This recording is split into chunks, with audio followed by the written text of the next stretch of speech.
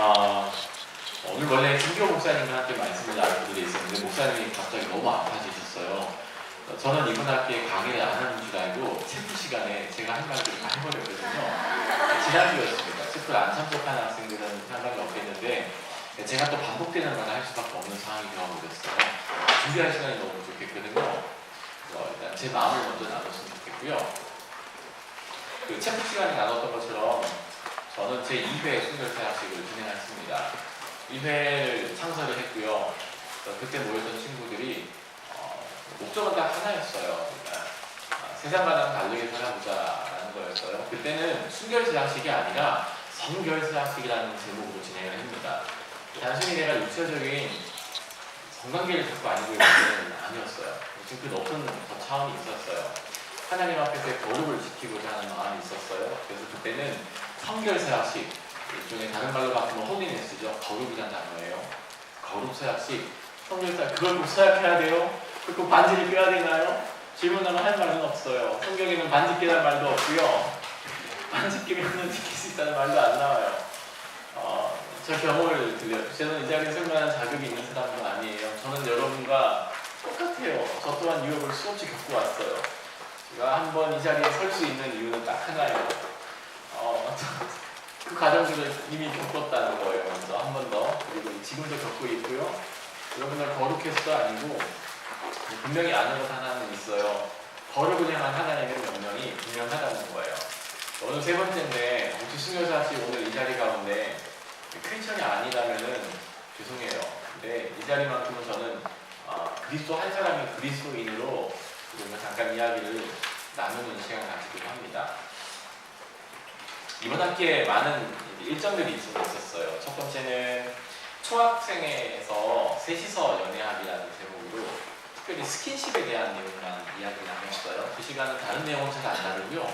스킨십에 대한 내용만 먼저 다뤘습니다. 그 내용을 짧게 한번 나누고요. 그 외에 나머지 내용들은 한번 같이 천천히 진행하려고 합니다. 우리에게 목표가 있어요. 목표가 있습니다. 그 목표는 하나님 앞에서 거룩을 지키는 게 목표라고 할 수 있습니다. 육체적인 그 거룩의 한 방편이요.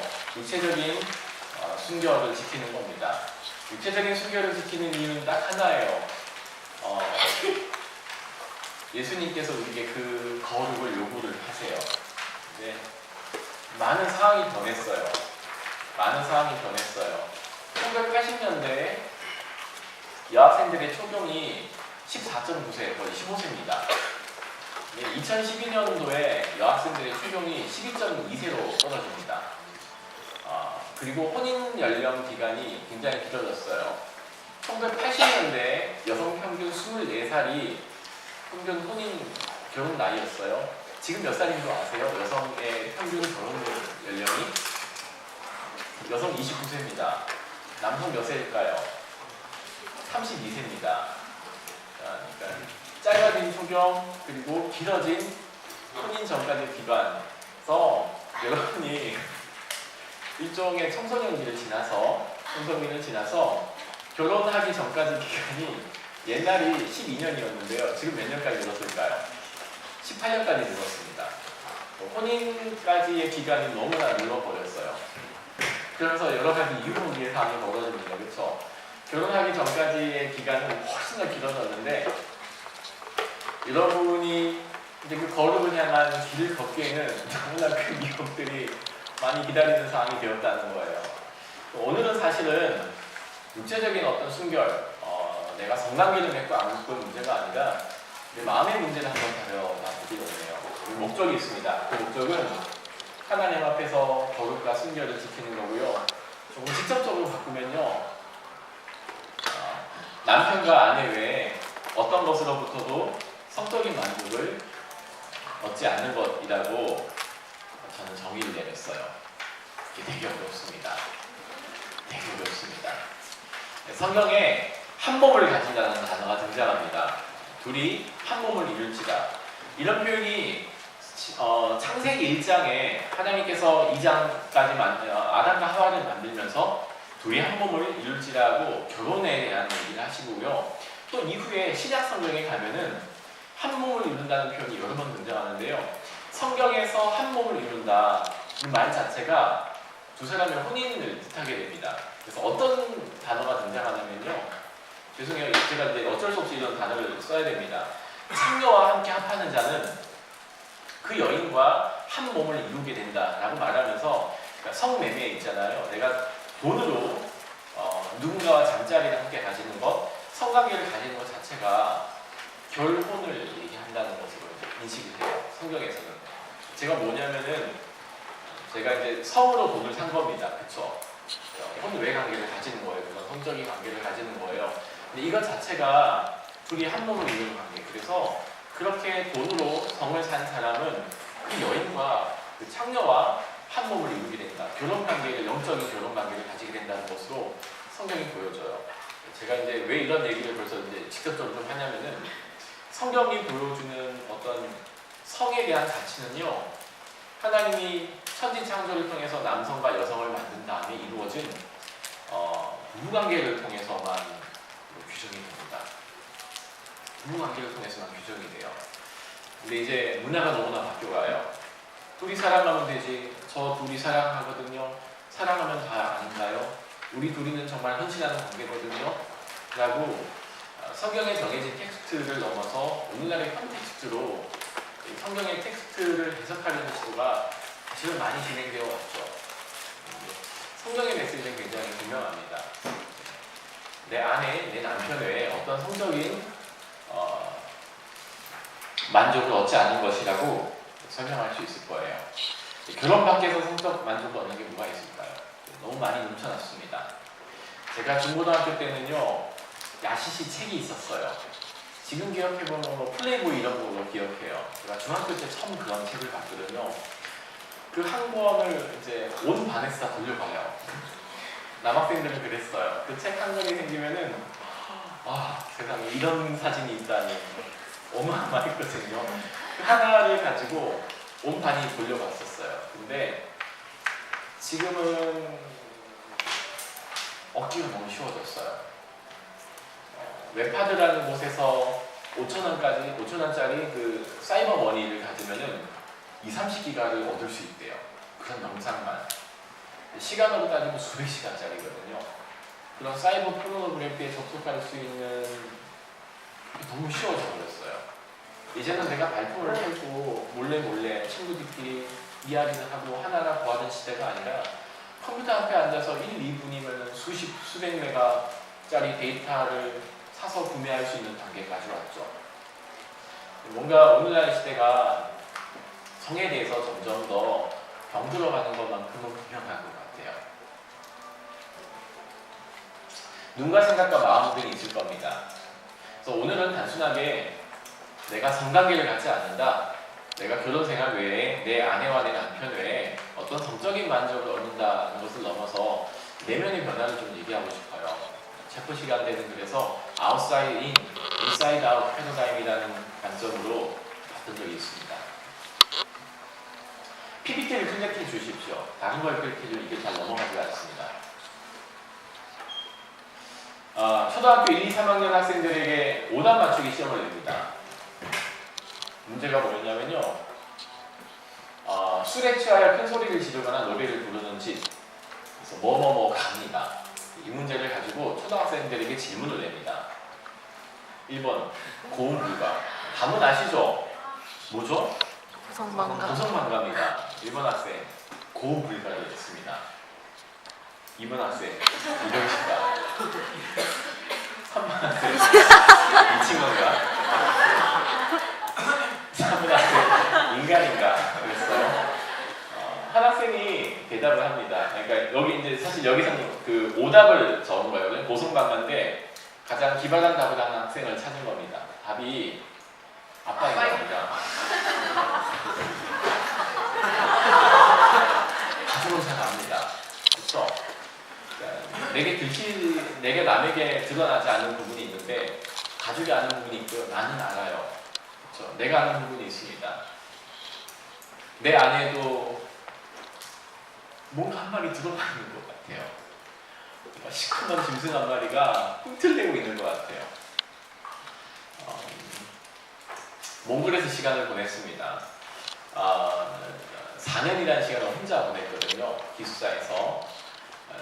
제가 비주얼만큼 자신이 있었어요. 그때는 10년 전이니까 지금보다 훨씬 더 자신이 있었어요. 몽골에서 인기가 되게 많았어요. 제 별명이 49대 1이었어요. 이런 말 잘 안 믿죠? 죄송해요. 외모만큼 자신이 있었고요. 어딜 가든지 환영을 받았어요. 그래서 되게 자존감이 굉장히 높은 사람이었거든요. 제가 제 안에 짐승을 봅니다. 시커먼 짐승 한 마리가 있는 걸 봐요. 꿈틀꿈틀 되는 거예요. 성적인 욕망들이 생기기 시작했고요. 이걸 어떻게 처리해야 될지를 대해서 한 번도 생각해 본 적이 없어서 너무나 당황스러웠어요. 문만 열어주면은 문을 두드리는 사람들이 있었거든요. 저한테는 되게 큰 유혹이었어요. 보디발의 아내가 날마다 요청했던 그런 경험을 한 거거든요. 내가 똑똑똑 그 소리에 문을 열면은 앞으로 어떤 일이 벌어질지가 눈앞에 이제 비디오처럼 펼쳐지는 거예요. 밤마다 문을 두드리는 아가씨가 하나 있었거든요. 제가 문을 열면은 순간적으로 모든 이제 앞에 진행될 사건이 벌어지는 거예요. 제 눈앞에. 그때마다 지켜줬던 게 반지였어요. 절대 반지. 절대 반지였어요. 제가 서약을 해준 교수님 얼굴이 떠오르고, 지금 은퇴하셨어요. 김양인 교수님이라고. 이거 교수님 얼굴이 떠오르고, 함께 서약했던 친구들 얼굴이 떠오르고, 그때 함께 기도했던 동기들 얼굴이 떠오르고, 하나님께 약속했던 그 약속이 떠오르는 거예요. 문을 열어주지는 못했어요. 내가 문 열어주는 순간 어떤 일이 제 눈앞에서 제 삶에서 벌어질지가 오는 거죠. 제가 이제 나누고 싶은 건요. 저는 결혼 전까지 어떤 성적인 관계를 맺지 않았으니까 됐어. 너희들도 그렇게 살아가 아니에요. 사실 오늘 여러분과 나누고 싶은 대화는 성관계를 가졌다 안 가졌다, 내가 버지니티, 처녀성, 처남성의 문제를 얘기하고 싶진 않아요. 제가 말하고 싶은 것은 예수님은 우리 과거에 관심이 없는 분이라는 거죠. 순교세 학습을 얘기하면 많은 학생들이 어떤 거부감을 가져요. 그 거부감 중에 첫 번째가 죄책감이에요. 그 죄책감 중에 첫 번째는 나는 이미 관계를 다 가졌는데, 나는 넘을 선은 다 넘어갔는데, 나는 그런 서약과 언약에 참여할 자격도 없는데, 라는 일종의 마음에 몰려오는 수치심과 죄책감 같은 거죠. 오늘은 그것을 좀 넘어서길 바래요. 첫 번째는 예수님은 우리의 과거에 관심이 없으세요.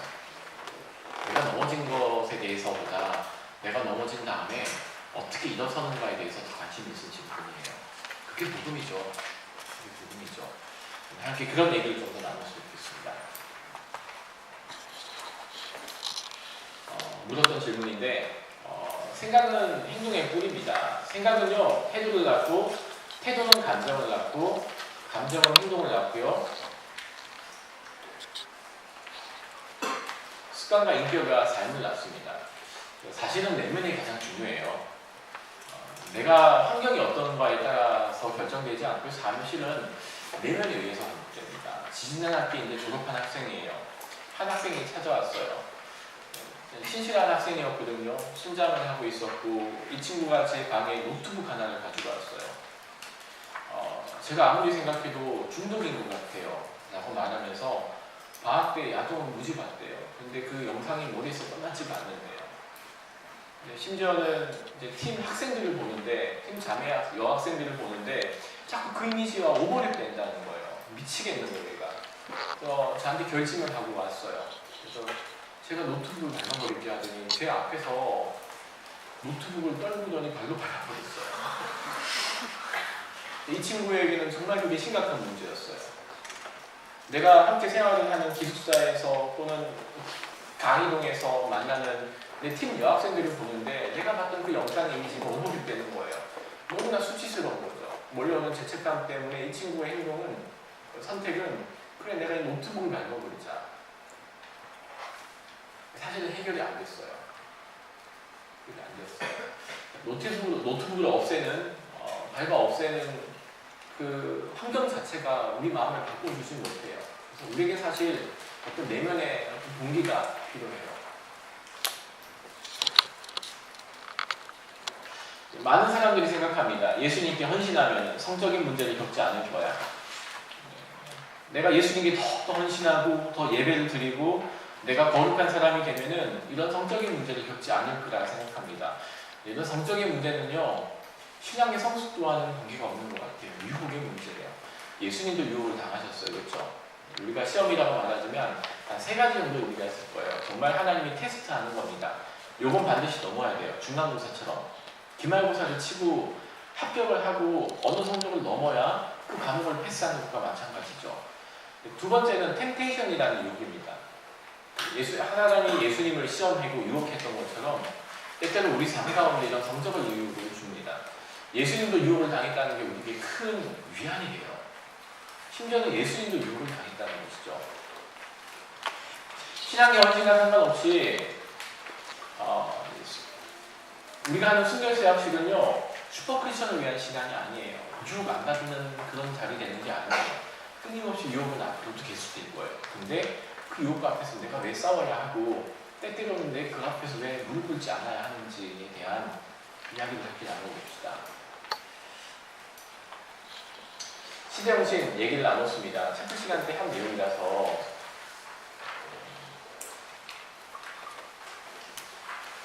두 가지를 선택해봤습니다. 이 시대를 지금 이끌어가는 시대 정신이 있는 것 같아요. 여러분 어떤 것 같나요? 한번 여러분 나름대로 답을 적어보세요. 저는 두 가지를 찾았었습니다. 첫 번째가 이기적인 세대입니다. 물질에 한립하죠. 신학에서는 이것을 만모니즘이라고 합니다. 돈으로 무엇을 할 수 있잖아요. 저는 돈 10만 원이면요 중학생과 잠을 잘 수가 있어요. 이제 돈 15만 원이면은 포항에 있는 유각에 가서 저와 얼굴을 한 번도 나눠보지도 못한 이름도 모르는 한 여인과 잠을 잘 수 있는 시대가 되었어요. 심지어는 돈도 성도 돈으로 사는 시대가 되어버렸죠. 두 번째, 몸의 문화, 문의 세대입니다. 몸에 점점 집착해요.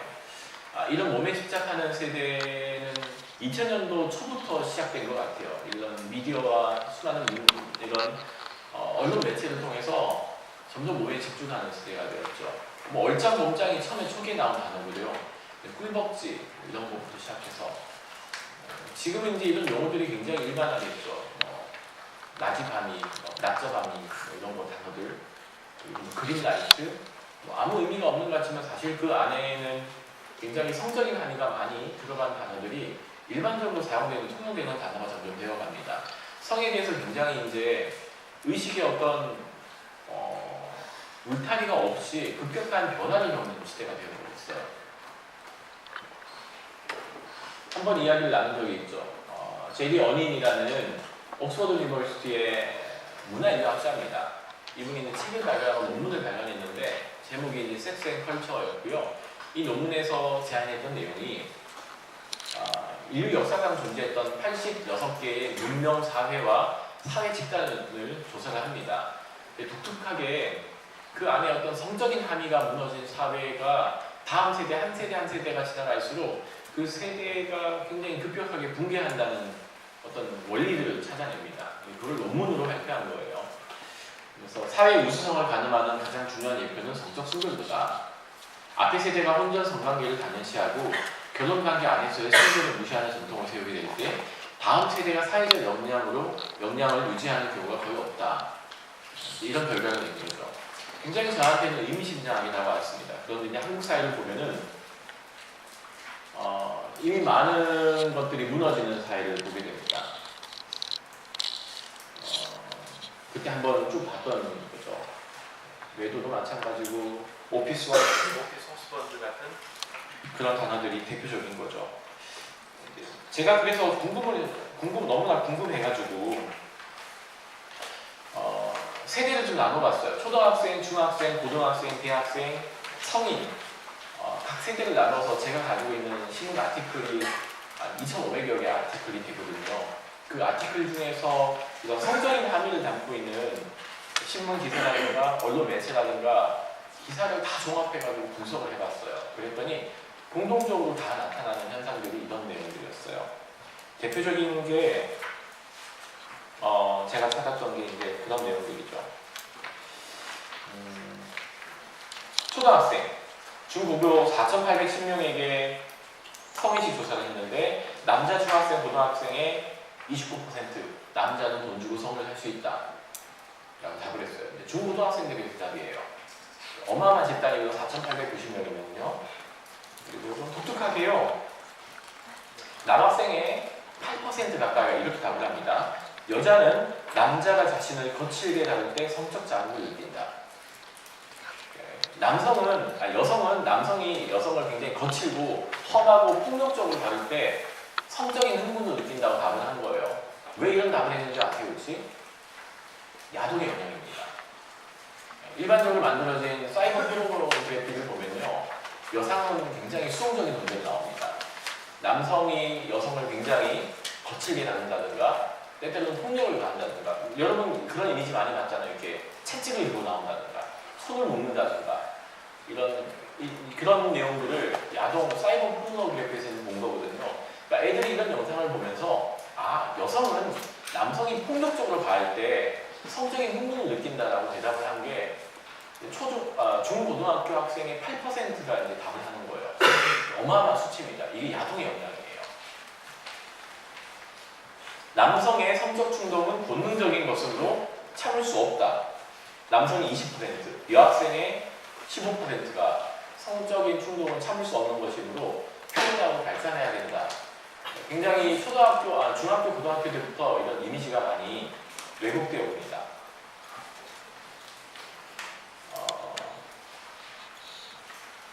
여성가족부에서 조사를 했습니다. 성인 남성을 조사했더니 2012년 자료죠. 한국 남성의 49%가 지금까지 살면서 성매매를 경험했다라고 하고 있어요. 그러니까 돈을 주고 성을 사봤다고 합니다. 남학생의 절반이죠. 남자의 절반이죠. 일단 성인의. 무섭죠. 49%면 대통령 당선되는 숫자거든요. 남성의 절반이 성으로 돈을 사본 경험이 있다는 거죠. 이런 것들을 살펴보면은 한국의 전 세대가 이미 초등고등학교부터 시작해서 성에 이르기까지 굉장히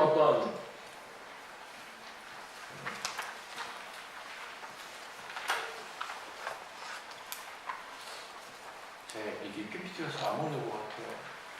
뒤로 가야 되는데 원래 계속 가는 건데 한번 쭉 볼게요. 이런 내용이고요. 오피스 와이프, 오피스 허스번드는 굉장히 익숙해지는 단어가 되었어요. 여러분 이제 직장생활을 할 겁니다. 그러면은 미혼일 땐 괜찮은데 결혼하고 나서 내 아내보다 더 친밀한, 그게 정서적이 되었건 육체적이 되었건 아내보다 더 친밀한 관계를 가진다고, 이런 오피스 와이프죠. 남편은 집에 있어요. 근데 남편보다 더욱더 어떤 친밀한 유대적인 관계를 가지고 있다고 대답한 오피스 허스번드, 이런 관계를 대답한 사람들이 거의 3분의 1입니다. 직장인들의. 여러분이 이제 졸업하고 나가서 회사 생활을 할 거예요. 남성 제 친구들만 하더라도 이야기를 들어보면은 세컨드가 있다는 게 자랑입니다. 세컨드, 서드를 얘기한대요. 가정이 다 있는 남자들이에요. 부장님이 나 세컨드 있다는 게 자랑스럽게 얘기하는, 그게 별로 문제가 되지 않는, 오히려 들키지 않는 게 능력인 세대가 되어버렸어요.